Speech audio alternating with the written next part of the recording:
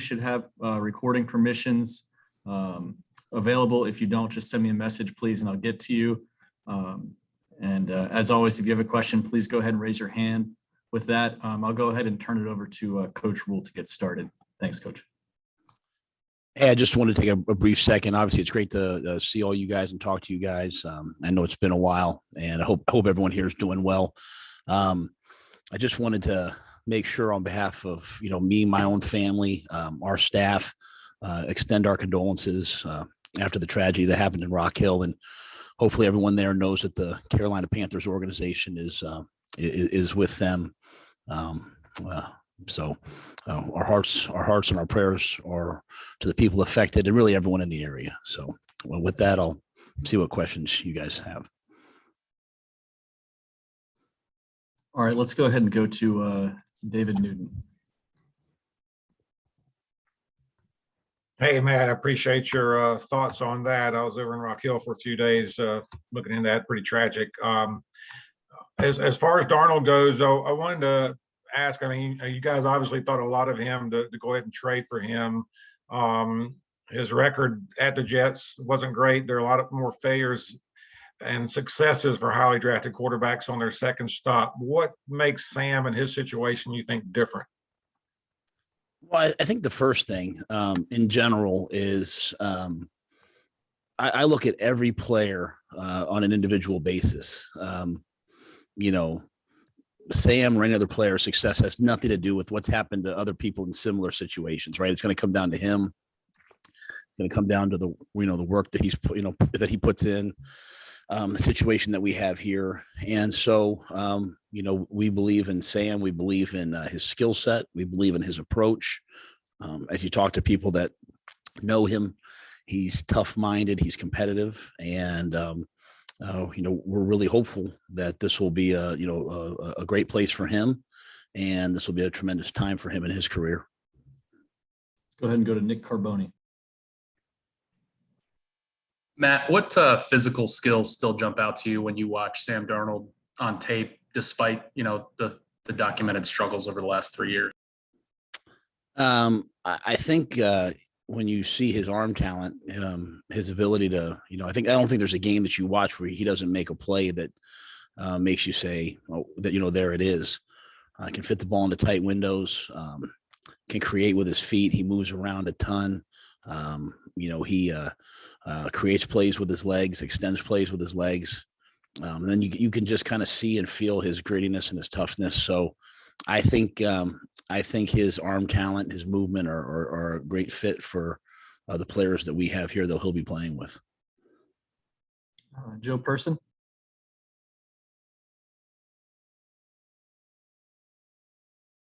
Joe. Hey, sorry about that, Matt. Good to see you. Where do things stand with Teddy Bridgewater? Might you guys still bring him back? And if you do, would it have to be at a reduced number? Teddy's still a member of this team. And I think Scott said, it's been documented that our organization gave his representation permission to talk with some other people. So I think we're just going to have to let that play out and see where it stands. I think you guys all know how I feel about Teddy as a professional.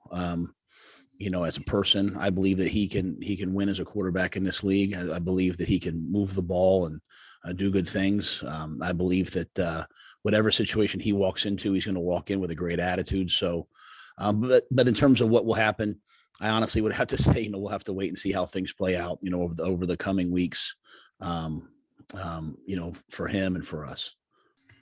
Would there be a benefit to keeping him in terms of helping Sam in his development, or do you think that would be kind of unfair to Teddy's own career development?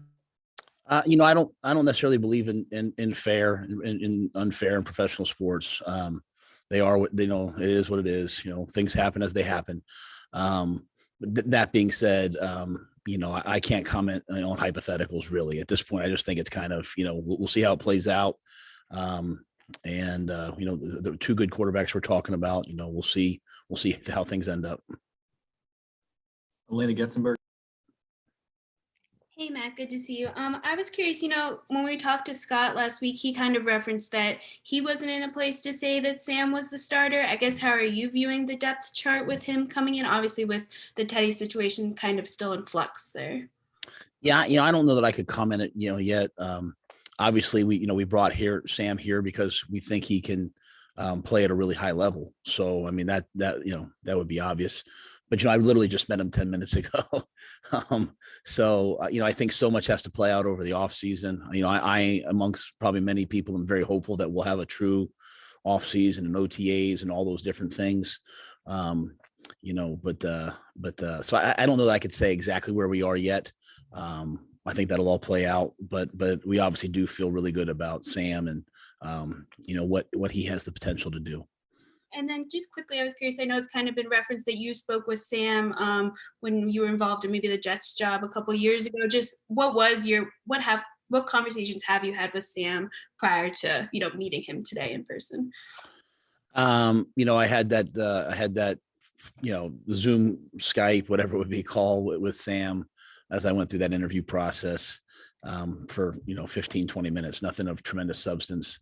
And then once the trade was made, I've talked to him since then, and then obviously had a chance to meet him today. So nothing real, substantive, just really more off the tape and what I see.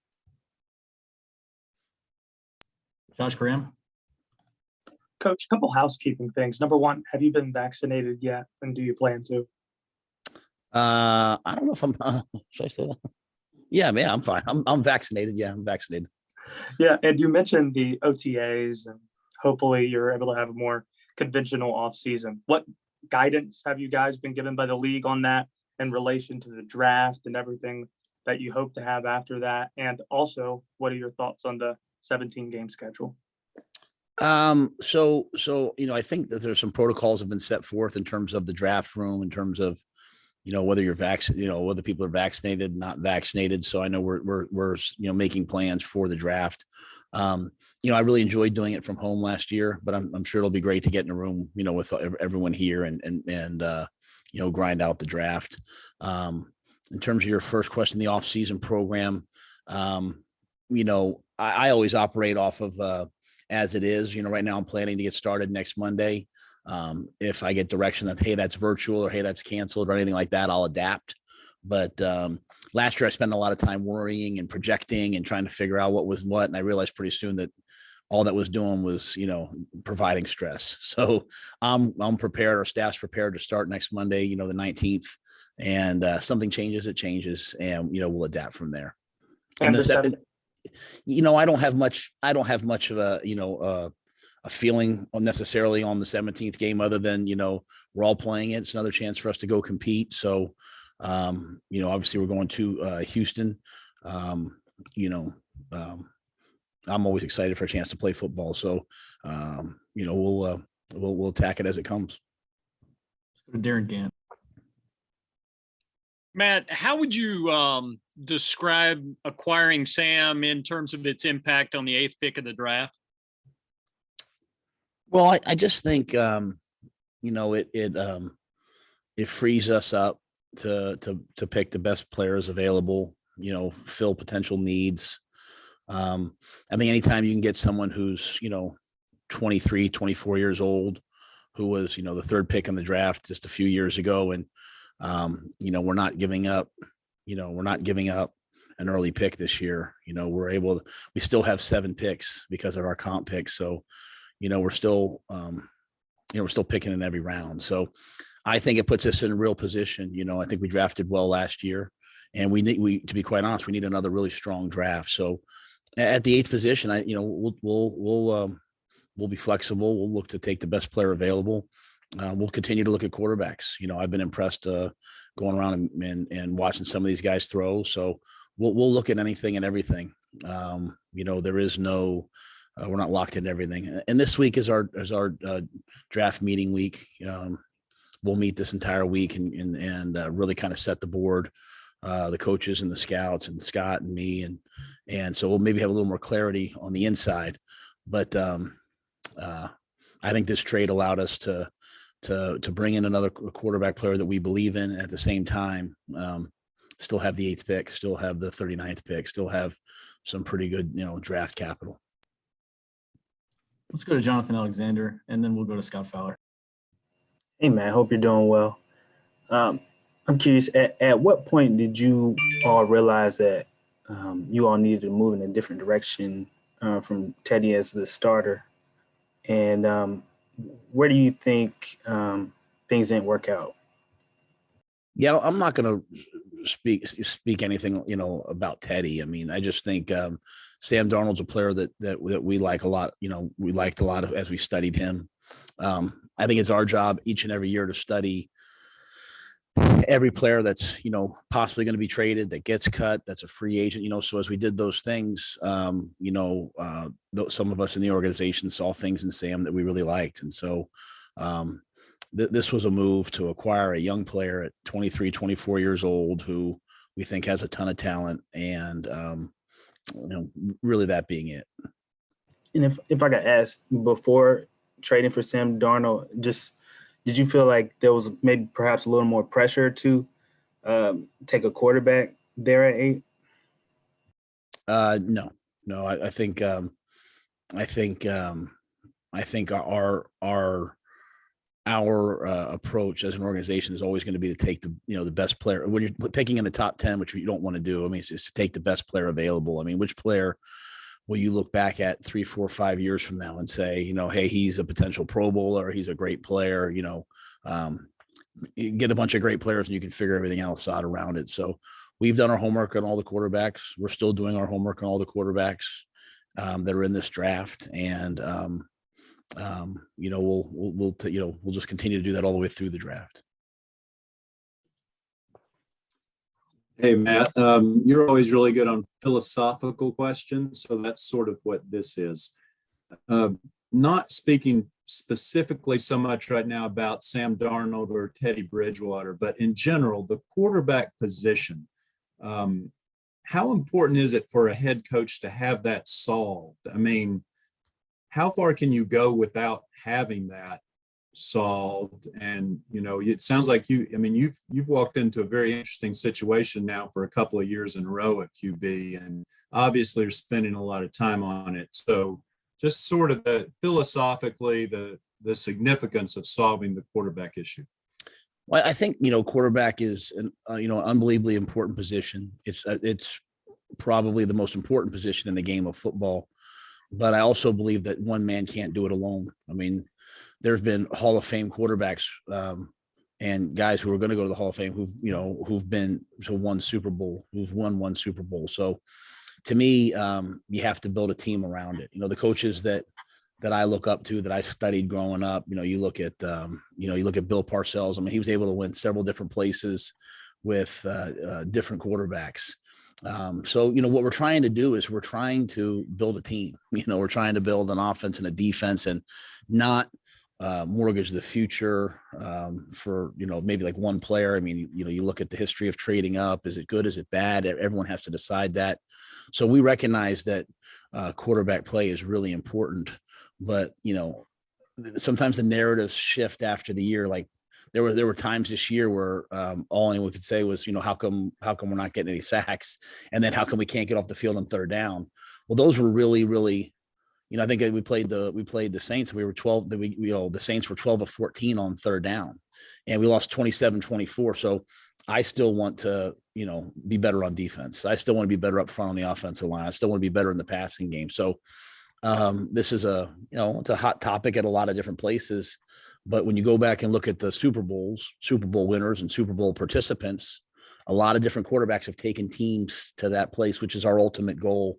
And so it always makes me say to myself, what, Coach Parcells was right. One guy can't do it. You have to build a team, and you have to put resources around those quarterbacks to be successful. So, so philosophically, I recognize the importance of the position, but then you'd have Hall of Fame quarterbacks who've been there, other than take out, Tom Brady, who've been there 5, 6, 7, 8, 9 times. A lot of them haven't. And so that's our approach, try to build a team as best we can. And knowing that a quarterback's a big part of that, however. Thanks. Yes, sir. Let's go to Mike Solarte, and then after Solarte, we'll go to Phil Orbit. Coach, good to see you again. Good to see you. First question is kind of just what everybody's here for. Is that not combine, but is that pro day sun, or was that some vacation sun you got on you today? Most of the pro days were inside. To be quite, everyone's got massive indoor complexes now. So no, I took my family away a little bit last week. So this is Florida sun. Excellent. Good. You got a little downtime. With the off-season moves that have been made, the signings, and I'm not sure, I can't remember the last time we spoke to you, but there's been a lot of transactions and guys that have been brought in. Have those moves really opened the door for you guys for on draft night with that 8th pick to just go ahead and focus on best player available? Or do you have a specific target group or position group in mind as you head towards the 29th of that 8th pick? Well, I think we recognize that, hey, maybe there's some positions we'd like to address in the draft, either via draft day trades or post-draft trades or in the draft. I won't speak too much about those, probably what we think our needs are, because, other teams are listening. And, but I do think at the 8th pick, I think it's really important that you take the best available player. Now, if two guys are close, you're going to take the guy who fits your need as well. We're not going to just, go remote, go completely off the board. But, when you look back at Brian Burns, or if you look back at like Luke Kuechly, or if you look back at like Thomas Davis, or, do you care really like what number they went or who went around them? The key was that you got a great player that was like, you got a guy like Luke, who's a, Hall of Fame player. And so we're just trying to find the guys to the best of our ability that we think, if everything goes right, have a chance to be, Pro Bowl players. And so, you go back and look at the first round picks, here the last several years, from, Dave Gettleman through Marty Herney now into Scott. I mean, we've had some really good first round picks. I think DJ's ready to emerge. Burns has been a good player. Derek's going to be a really good player. Christian obviously is a really good player. And so I think the key for us is trying to make sure that we get the right guy at 8, and then after that, making sure we really start to try to address some needs in areas. But I do like the free agent signings. I think, some positions, we've added depth, if nothing else, and competition, if nothing else. And that to me is the key, especially now with a 17-game season. You play 3 preseason games, and then we play 17 games. Your depth, especially on the defensive line, especially at pass rush, or especially in the secondary, those things are going to be affected. And then if I might quickly follow up, last year with all the protocols and restrictions, you did not have the traditional first-year coach additional practices. Now that you're 1 year in, do you maybe get those this year, or are those going to be completely off the table? No, I don't get it. I'm a returning coach. Nothing special. Hey, Matt, there was a report right after the trade that you picked up Sam's 5th-year option. Can you just tell us if you did, and if so, was that kind of a business decision, or does that speak to your faith in his ability? We have not done anything with that yet. If I could follow up, then you mentioned Sam's age twice. What kind of draw was that to have a guy with 3 years in the league turning 24 quarterback? Well, I just think, with the way, the quarterback drafts are going now, I mean, again, you're going to hear me always talk about Bill Parcells, and it was like, he had this metric, like guys had to have started like 24, 26 games. I can't remember what that number is. There's a lot of guys coming out early. And so that first couple of years in the NFL are like their junior and senior year of college. It's not like, 10, 15 years ago. I mean, you look at a guy, Peyton Manning, the guys like that who played a ton of football. I mean, some of the guys that are coming out, they've been in the NFL for 2-3 years, and they're 22, 23. Some of the guys coming out right now are 20 and 21. So, I just think with Sam, he's a young guy who came out early, and the football that he's played up until now is kind of like his junior and senior year, except it happened at the National Football League level. So we're not getting a guy who's, 27, 28, not that there's anything wrong with that, but we have a guy that's still young, still has a lot of football left in him. So if things work out the way that we hope that they work out, we have a young player and who can, hopefully be with us for a while. Let's go to Josh Klein, then Brett Jones. Hey, Matt, good to see you. Your philosophy on coaching young quarterbacks, how do you help them translate their talent out on the field, and how do you communicate improvement in decision making? Yeah. So I think number one, I think this is a tremendous opportunity for Sean Ryan. I think Sean's coached some quarterbacks who are young. He's also coached some older quarterbacks, and tried to get them to do some different things. So I think this is a tremendous opportunity for Sean as a quarterback coach to work hand in hand with Sam as well as the rest of our quarterbacks to get them to play their absolute and very best. I don't take a lot of things that happened at other places and hold them as fast and hard truths, because it's not our system. It's not the way that we do things. So I just, try to relate them as they come. And then, we're going to eliminate the gray area and set a standard for how we want things done. Hold ourselves to that. We're going to try to, with all young quarterbacks, whether it's Philip or Will or Sam or whomever, we're going to try to stretch them in OTAs. And that's one thing we didn't have last year, but try to stretch them to do things that, maybe they're not comfortable with, but to try to develop them, to have them come in and just do the things that they're good at, they'll never develop. That's why the guys who are truly playing drop back quarterback are in their mid 30s. The guys are in their 20s are running around and making a ton of plays, and I respect that. Sam will do some of that, but I think it's really important this offseason into training camp that all of our young quarterbacks were really pushing and stretching to develop. Even if it's not always successful, they have to understand that there's a plan, there's a process in place to develop them in those areas.